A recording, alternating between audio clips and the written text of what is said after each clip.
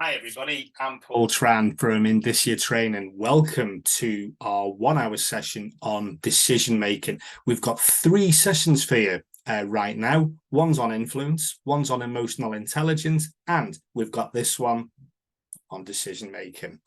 It's going to work in the same format as our other 2 video sessions. We're going to have a workbook for you. We're going to go through a couple of little exercises where I'm going to stop the video for you. If you don't want to do the exercises, feel free to let the video play. Have the workbook to hand if you like using the workbook as you're doing your learning. So let's get straight into our topic today, which is decision making. We'll get some slides up for you. Here we go. So we've got some objectives for you. Let's go through those. There are 4 of them. The first one is very simple. We're going to define decision making. Then we're going to examine some decision making models. Then we're going to explore ways of dealing with different personalities when we're decision making, and also think about some creative ways of decision making too. So let's start off with a good definition of decision making. It's a method for making choices at each step of a problem solving process. Decision making occurs at every step of the problem solving process, not just at the start or at the end, all the way through. So my question to you folks is, how do you make decisions right now? What's your process? How do you do things? There's some space in your workbook for this. If you have your workbook to hand, jot that down. And let's get cracking. There are 3 main approaches when it comes to decision making. We do nothing. Literally, we hope the problem goes away. We dive in and fix it. Sometimes we call that a cure. Sometimes we have processes that prevent issues happening. We'll call that elimination. And what I'm curious about is, what are the situations where you do nothing? What are the situations when you fix the issue? What are the things, the situations, the things you do where you actually prevent these issues from happening in the first place? Remember that elimination is a really good decision-making approach too. You deal with things before they actually happen. So let's take a look at this. We've got some barriers to decision making. Now, there's some space in your workbook where you could have a think about these. So I'd like to stop the video and have you think about what your barriers are to decision making. Let's give it 5 minutes. Welcome back, everybody. Now, what did you come up with? We've got some ideas here. Sometimes there's just a lack of clarity in stating the problem. It's this. Well, what is it? We need to know exactly what it is. The second barrier is that we don't get the information that we really need. That could be because people aren't available to tell us, but it could be because we don't dig deep enough. It could be that we just use the source that we normally source. The third barrier is general poor communication. I'd say that speaks for itself. Let's move on to the 4th one. And that's when we test alternative strategies too quickly. We don't think them through. We just think it might be a good idea, so we go for it. And sometimes we choose that strategy way too quickly. Another barrier is when we've got a critical, evaluative, competitive climate. Imagine the room, 3 senior people, 4 subject matter experts, all trying to show how senior and how much of an expert they are. Nobody's willing to think about the other people's ideas, the other people's decisions. And that gets in the way of making a good decision. Another barrier is just pressure for conformity. Let's do something different, but not that or that or that or that or that. And we end up doing what we always do, which doesn't always work. Let people be creative, folks.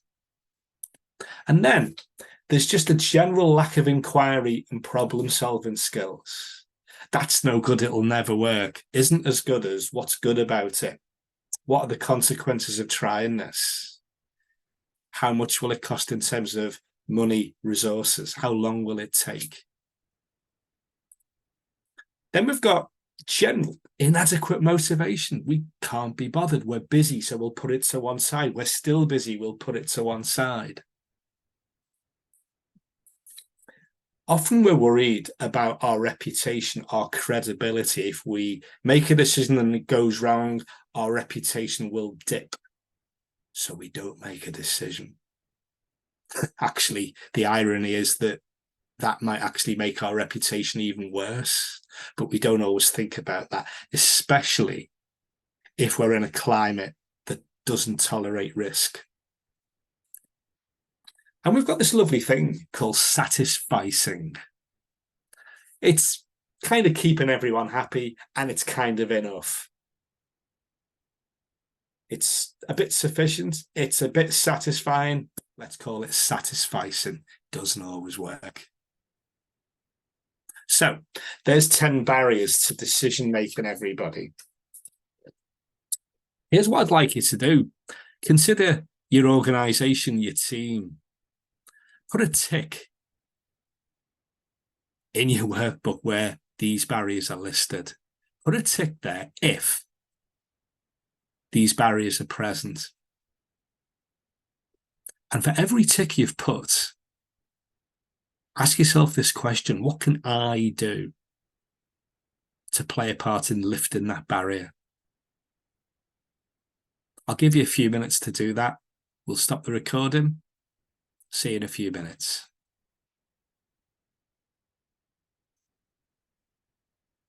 Okay, interesting.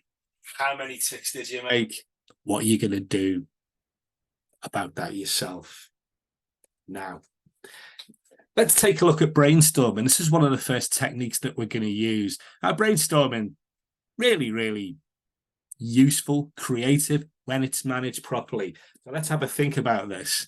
It's great. It's a more relaxed, more informal approach.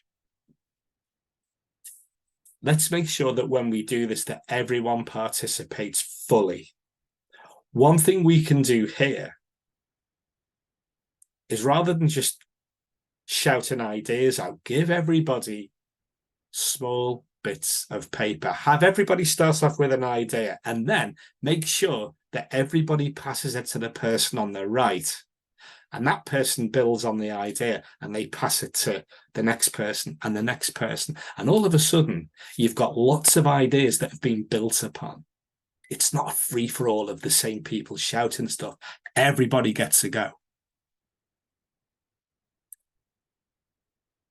That way, it means we can welcome contributions without making judgment. That's really, really important, especially if you've got people in your team who are a bit more introverted, a bit more sensitive.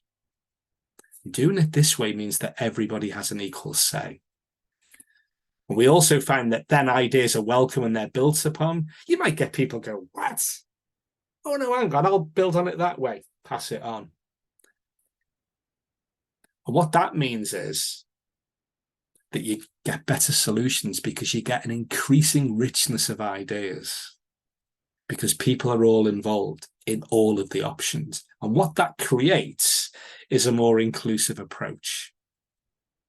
And it means people feel psychologically safe. They know they're not going to be judged. And they know they've got absolute freedom to be as creative as they want to be. Now, when you do this in a group, there's a few little stages to think about here. The first thing is you prepare the group. Here's how we're going to do it. Here's the process. You present the problem. You guide the discussion. And if you want to do that little exercise with a paper, I'd really recommend that. And the important thing is that you make sure you take action. Otherwise, it's a nice creative discussion that doesn't get anywhere. So always save time at the end to work out what the best solution is going to be and how we're going to do it. And that's how we brainstorm. When it's done well, it's really creative. You get fabulous ideas that then get built on. I've seen brainstorming when it's an unruly discussion. Manage it well. It's a creative way of making decisions. Now, we're going to take a look now at something called the Kapner-Trego model. It's sometimes called root cause analysis or root analysis. And it's got 4 very simple stages. The first thing we do is we appraise the situation. The second thing we do is we do a bit of a problem analysis so that we know exactly what it is. Then we think about a decision analysis. What's the best method and why? What makes it so? And then we get to the 4th stage, where once we've made the decision about what we're going to do, we then analyze that decision for potential problems. Now, in your workbook, there's loads of detail on this. We even talk about how you can rate each option. You can have a look at that and decide. There may be some decisions where you have to go into detail and score each option to come out with the right one. Essentially, when you're in that situation appraisal mode, you clarify the situation, you outline the concerns, you choose the direction that you have. What we're looking at here is we're thinking a bit of a SWOT analysis. What are the relative priorities around the decision? What are we going to do to resolve these concerns? So that's the situation appraisal stage. The second stage is the problem analysis. We define the problem explicitly, and then we determine the root causes. What should be happening? What's actually happening? What's the difference between the two? What's causing this gap? And what can we do to close that gap? That's essentially what we do at the problem analysis stage. The 3rd stage is the decision analysis, and that's where we identify all the alternative options, and then we do a quick risk analysis for each one. It's where you might want to do scoring or you might want to discuss it. Essentially, what we do here is, what are the musts and what are the wants? Which alternatives measure serious consideration, and what are the risks? And when we get to the risk stage, we start to actually think about the potential problems of the line that we're going to take. We get the best alternative, we scrutinize it against potential problems and potential negative consequences, and then we go through some actions to minimize risk. Essentially, what could go wrong? What are the big threats? What causes these big threats? What can we do to minimize their effects? Remember, we don't always completely eliminate risks, but we sometimes minimize them. So that's Kapner-Trego. What we've got to consider is, what kind of decisions do we actually make?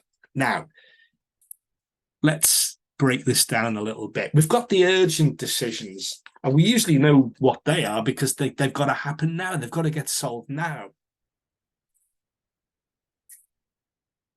How do you manage your time? How do you stay focused when things have got to be done yesterday? We then get routine decisions. These are the ones where we think are easy because they happen regularly, but let's be mindful here. How can we do these better? What are the long-term implications of carrying out these routine decisions in the way we do them? What might go wrong, and how could you minimize these risks? This is quite important because often I'll go into organizations and they do things because they've always done them that way. And these are the decisions that we make most frequently, so we need to get them right. And the third kind of decisions are the complex ones. Who do we know in the team, in the organization, that's got the know-how necessary to solve these and make these complex decisions? What's really useful here is to break down complex decisions into smaller chunks. There's an American academic called Teresa Amabile. She is an expert on motivation. What she finds is the biggest motivator is the sense that we're making progress. And one way of doing that with a complex decision is to break it down into smaller chunks. Now, once we've worked out whether we've got an urgent, routine, or complex decision to make, we've got to think about something else. And these are the 6 decision-making traps. There's 6 of them. We're going to go through them all. I'm going to get you thinking about how you can sort the traps out. The first one is what we call anchoring. Generally speaking, with us humans, when we're making a decision, our minds tend to gravitate towards the earliest bit of information we got. It stays anchored within us. We've got to be mindful for that one, because we may get better information later on, nearer the time, during the decision-making process. So watch out for that anchoring trap. The second one is what we call framing. We state it incorrectly, so we end up making the wrong decision. Let's get the framing right. The third trap is what we call sunk cost. We've started doing something, we've invested time, resources, money, so we might as well carry on with it. When I was a kid, there was an old saying, don't throw good money after bad. We've got to work out whether it's worth carrying on with something that clearly isn't working, in the hope that it might get better. We make decisions that justify our past choices, even when they're not working. Watch out for the sunk cost trap. The fourth one is the status quo trap. We just do what we've always done because that's easy. And even if it doesn't work, we're familiar with it. Watch out for that one. The fifth one is what we call confirming evidence. We just look for evidence that supports our view. And that's all we see. It's all we choose to see. We really ought to be looking a bit more widely than that. And the sixth trap is what we call estimating and forecasting. We make decisions and estimates based on things that we might not know anything about. And we see which way the wind blows. I don't know, but we'll try this. I'm not really sure, but let's go for this anyway. So let's have a think about this. What you've got in your workbook is a page of space. And I want you to think about these traps. That you can keep looking at the definitions that are in the workbook. And I want you to have a think about what you can do to avoid falling into these decision-making traps. Now, this might take a little while, so I'm going to suggest you spend 20 minutes on this at least.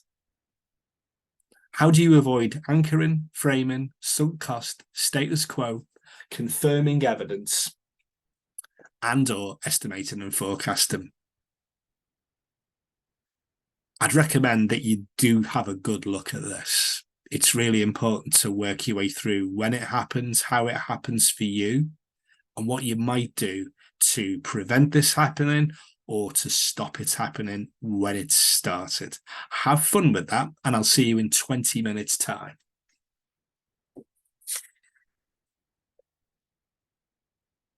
How did you get on, folks? Avoiding these 6 traps. Let's take a look at some tactics here. Now, when it comes to anchoring, make sure you view a problem from different perspectives, so all the perspectives get equal weight. The second thing with anchoring is have a real good think about the problem before consulting others. This is the information I got early on. Let's see if anything else is more significant before I talk to other people, so that at least we've got it clear in our mind before we go to others. Make sure you get information from a variety of people, not just your usual suspects. Go for people that you might not normally talk to, who might not know that much about your department, your team, because they may give you a real, genuine, fresh pair of eyes. Then, watch out for anchoring your advisors. I always think we should think like this. I like to do this when I'm making a decision. No. Ask them for their opinion first and get it and gather it. And when you're negotiating, be really careful about anchors, because you could use irrelevant old ideas that aren't helping you in this particular situation, and it might cost you resources, money, and time. So there's 5 tactics for dealing with the anchoring trap.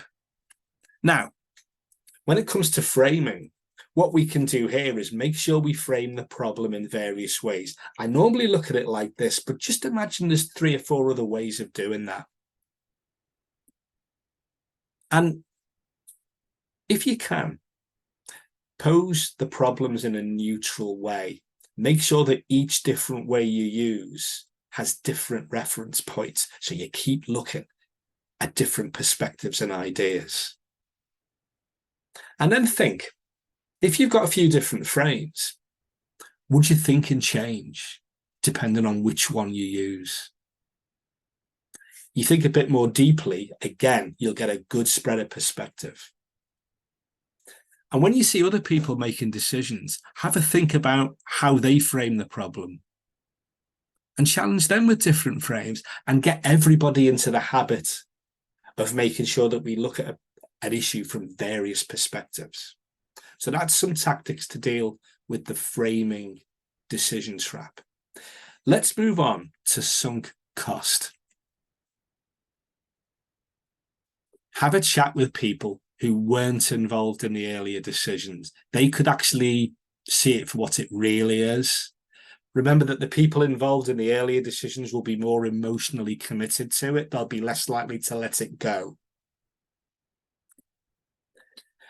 Reward people on the quality of their decision making, not just whether they do it quickly, not just whether they use minimal sources. How good is that decision? And the third thing to do here is always look out where sunk costs may exist. What are we doing that's not working, and we're using methods that we've been using for a long time? And that's how we minimize or prevent sunk cost decision traps. Now, let's move on to status quo. Remind yourself of your current objectives, not what they were last year, the year before. If you came to your role fresh, would you choose the current situation, the current way you make the decision? Really? You might not. And just changing your perspective might make you realize that your decision making in this area isn't as good as it could be. You're doing things out of habit rather than quality. We've also got to think about avoiding what a lot of people do. I would do something different, but it would take way too much effort. Would it really? Really? Nah, I don't think so either. I find that a lot of people use up a lot of effort maintaining the status quo because deep down they may think it's not right. And the fourth tactic here is make decisions based on the future, not just the present. Keeping the status quo might feel like it saves us time now, but often it just kicks the can down the road, and we have to change things in 6 months or a year when it's even more difficult than it would be now. So there's 4 tactics to deal with the status quo. Now, the 5th trap was confirming evidence. We've got some tactics for you here as well. First one, make sure that you're examining all the information, not just the one that suits your current argument, not just the one that satisfies your top brass, all the information, even the stuff that's a bit inconvenient. Get someone else, or you, if you're looking at other guises, to play devil's advocate. And the reason we've got 2 or yous in there is because in one situation, this could be our normal thought process. In another, it could be this process. Keep playing devil's advocate with a couple of different guises, or get other people to do it too. Always be honest about your motives. I'm asking these questions to get a really good decision. Not because I'm playing games. I want a good quality decision, so I need more evidence. Watch out for asking leading questions that confirm your view. Hey, Paul, this is the best way, isn't it? Don't you think? Nah, you're putting people under pressure. Ask people open questions. Ask them those TED questions. Tell me, explain to me, describe to me. They really help you. We've got one more trap to go, and that's estimating and forecasting. Only do this on topics where you've made consistently successful judgments, not the one time you got it right 2 years ago when you've got a real track record. Always allow for a level of inaccuracy because that's just always what happens. Give yourself a bit of wiggle room. And even if you have made consistently successful judgments, consult people with a track record in the subject area. They could be experts. They could know about trends. It's going to help you. So there's 6 tactics, or a variety of tactics for the 6 decision-making traps. You have a good look at this and think about the best tactics that you can use for each of these traps. Everybody I know, even on a personal basis, has fallen into all of these traps. In a business setting, it could cost us a lot of money, a lot of resources. It could upset a lot of people. So make sure that you're aware of when you hit some of these traps and have a think about these tactics to eliminate them or minimize them. So we've taken a look at some decision-making traps. Let's take a look at something else. This is from Chris Argyris. This is what he calls the ladder of inference. What we do here is we start off with the reality, with the facts, what's actually happening now. And then we often select them on the basis of our own reality, of our own experience. Let's interpret what these actually really mean. That's the 3rd stage. And then the next rung on the ladder, if you like, is, let's apply our existing assumptions.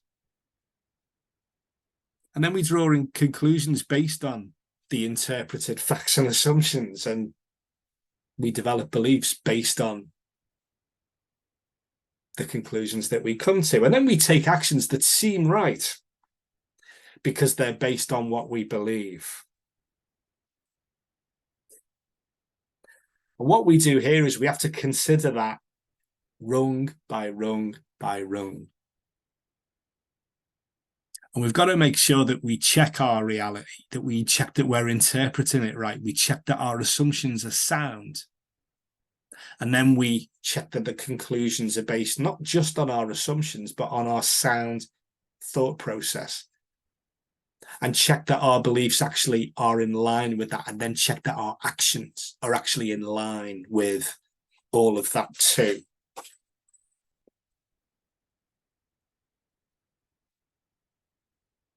One good way around this is to think in a few different stages. That always stop thinking, consider your reasoning. Are you selecting your data or your reality? Are you interpreting what it really means? Are you making assumptions or are you testing them?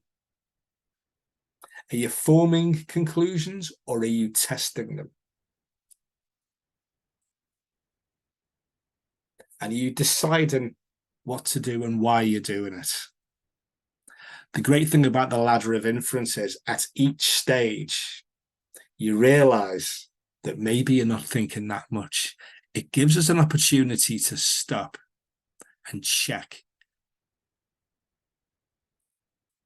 Do our thoughts, do our reality actually match up with what's really going on? What's useful with this as well is to think about which of these rungs do you habitually miss out?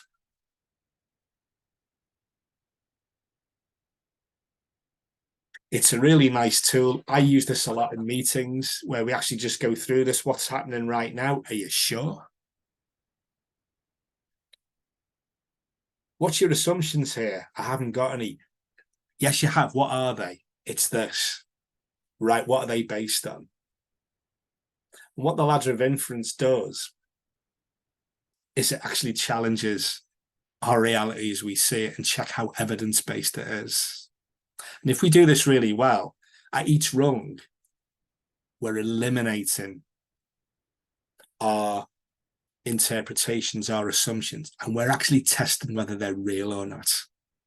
It's a great way, especially with a group, a great way of making your decision-making really, really sound. You'll give that a go next time you're in a meeting. Draw it up on a whiteboard, on a flip chart, get a slide if you're going to have a virtual meeting, and just go through each rung. What's going on? Are you sure? What does that mean? Are you sure? What are our thoughts on this? Have we got that right? What do we believe here? Really? How does that match with reality? Okay, with that in mind, what are we going to do? It's great to use our gut instinct, but it's sometimes good to be able to back it up too. A ladder of inference really helps with that. Okay. Now, you may have come across this before. This is a lovely creative way of thinking about our decision-making. This is from Edward de Bono's real good work. It's what he calls six-hat thinking. And he uses the hat metaphor because essentially, by the way, I've done this with real hats in training sessions and in meetings. What this does is it gives us permission to think about a problem and to make a decision in 6 different ways. Now, the 6 hats, the white hat, that concerns information. This is when we ask, what do we know? What do we have? What should we be asking? What should we be looking for here? The red hat is all about our feelings, our intuition, and our emotions. This is where we can let our gut instinct fly. I've got no evidence for this, but I just think this might work or that might work. The black hat is for caution. Some places they say it's negative. I don't think it is. Caution could save people's lives. It could save us money. It could save us on efficiency. The black hat is where we ask the hard questions. Are we sure this is going to work? What are the risks? How do we mitigate these risks? It's very, very useful. The green hat is all about our growth, our energy in our life. This is where we put forward proposals, we put forward suggestions.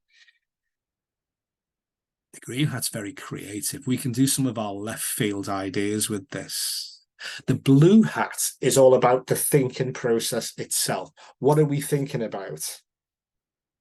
What do we want to have achieved at the end of our thinking process? This is all about order. The blue hat's the one that makes your meetings finish on time with decisions and actions. And the yellow hat is all about optimism. What's good about this? What's going to make it work? What's useful? Now, if we're on our own, what we can do with this is just think about what I would think wearing each hat. It's just a metaphor. It's a really useful one. And what you do is you give yourself permission to think about your decision-making in 6 different ways. Where this really comes into its own is when you're in a meeting. And you can either use proper hats or you can just, sometimes what I do is just get 6 sheets of A4 and just draw coloured hats on them. And as you're going through a meeting, you give somebody a different hat. Okay, with the black hat, what risks are going on here? And you've got permission to think about risks. If you stick the yellow hat on, what's good about this project? Tell us the benefits of doing it. Give somebody the green hat if you want them to think creatively. And then give someone the red hat if you want to hear about their gut instinct. And if you're running the meeting, keep that blue hat on, but maybe pass it to someone else to think about, is there a better way of running this? And give someone the white hat to make sure they think about different areas of information to find. What you've got here is potentially, let's just say there's 6 of you, 6 people with permission to think about things in 6 different ways. And this can be done really, really quickly, by the way. Just give someone 2 or 3 minutes with a certain hat and then swap them over. This is also really good for team building too, because sometimes people get irritated at the cautious person or the optimistic person or the gut instinct person or the person that always wants more flipping information. So what it does is it gets us to think in the guise of some of our colleagues, especially if some of our colleagues irritate us because their prominent way of thinking, it could be different from ours. So it's really useful to use this to switch roles, to get people to think in a different way to how they normally think. And it also detaches your ego from the discussion. You haven't got to fight your corner anymore. You've got permission to look at it from 6 different perspectives. Now, this is a lot of fun. It's really, really useful. It's a great one to use in conjunction with the other things that we've taken a look at. So that's your 6-hat thinking, folks. Now, let's just spin back to the start of our time together here.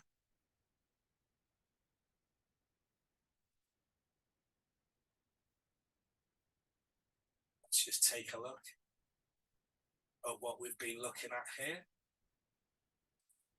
We've defined decision making. We've taken a look at some decision making models. We've taken a look at the 6 hats. We've taken a look at ways of dealing with the 6 decision traps. We've taken a look at those 4 stages in the Kapner-Trego model. And we've also taken a look at the ladder of influence, which challenges us, our assumptions and our habitual ways of thinking. What I suggest you do is reflect on what we've been looking at today and have a little think about what's jumped out at you. And next time you've got to make a decision, whether it's on your own or whether it's with your team, you take a look at one of the techniques, the one that appeals to you the most, try it out, and then try the other ones out too. The big thing about decision making is we have to make them day after day after day. Our gut instinct can be really, really useful. Let's see if we can back it up by some tried and tested processes. It's also really useful to go to the back of your workbook, have a think about your takeaways from today, have a think about what you really enjoyed from this session and what you think you're going to use and how you're going to use it. I'd also recommend that you go to your teams and your team meetings to talk about these decision-making techniques, because they can make us make better decisions more quickly and we get into really good habits. Thanks very much for all your time today. Remember that whatever you think about what we've done, it's only as good as what you do differently. So make sure you do some things differently, folks. Enjoy your decision making, and I hope to see you again on another one of our 1-hour sessions. Thanks very much, everybody. I'll see you soon.